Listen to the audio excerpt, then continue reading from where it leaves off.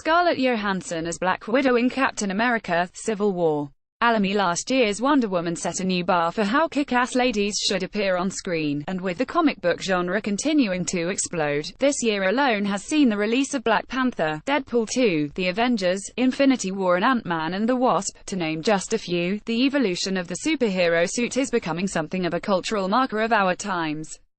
Why Black Panther's costumes break the superhero mold. One of the most important aspects of designing the ladies' costumes on Agents of S.H.I.E.L.D., whether superhero or civilian, is to convey a sense of strength and empowerment and not dualize them, says Anne Foley, costume designer for the hit Marvel television series.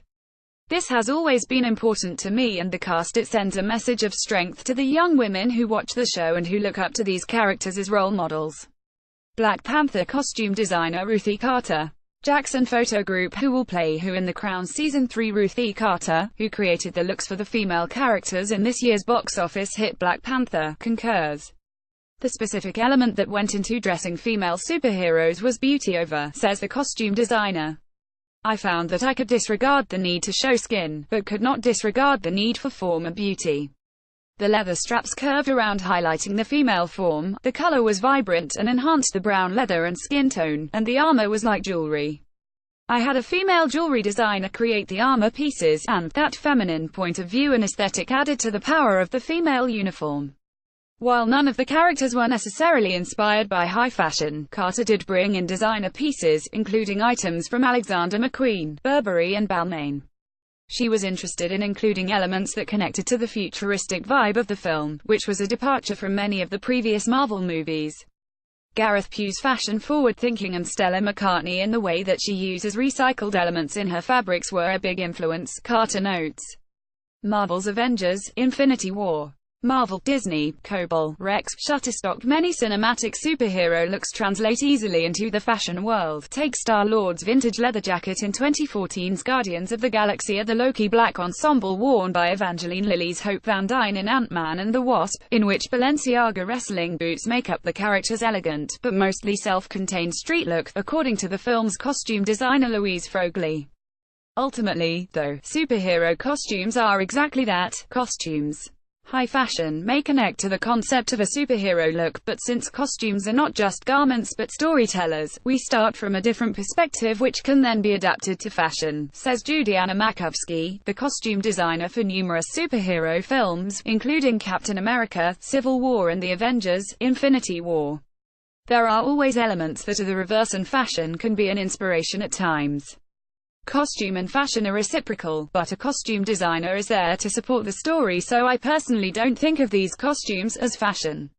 Ant-Man and the Wasp. Makovsky focuses on silhouette and actor mobility, and then aims to connect with the director's vision. The clothes have to fit into a whole world that the film is creating, she says, adding that, sometimes a departure from the comics is necessary.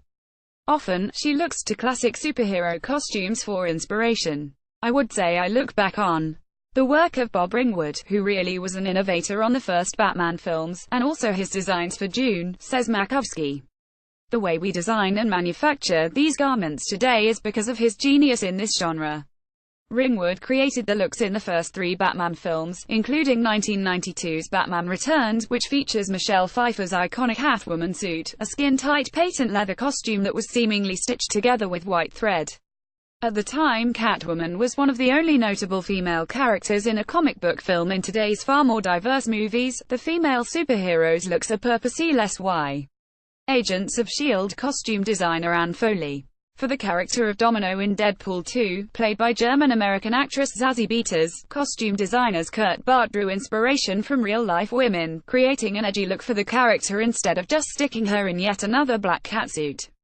There is a lot of texture and warmth in the feel of the materials and leather, Bart explains of Domino's costume.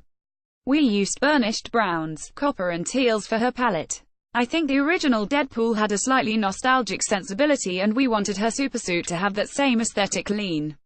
I was inspired by 1960s and 1970s bombshells, and icons like Raquel Welch, Tamara Dobson and Tora Satana. That combination of curves and kicking butt is a classic. Costume concept art for Black Panther.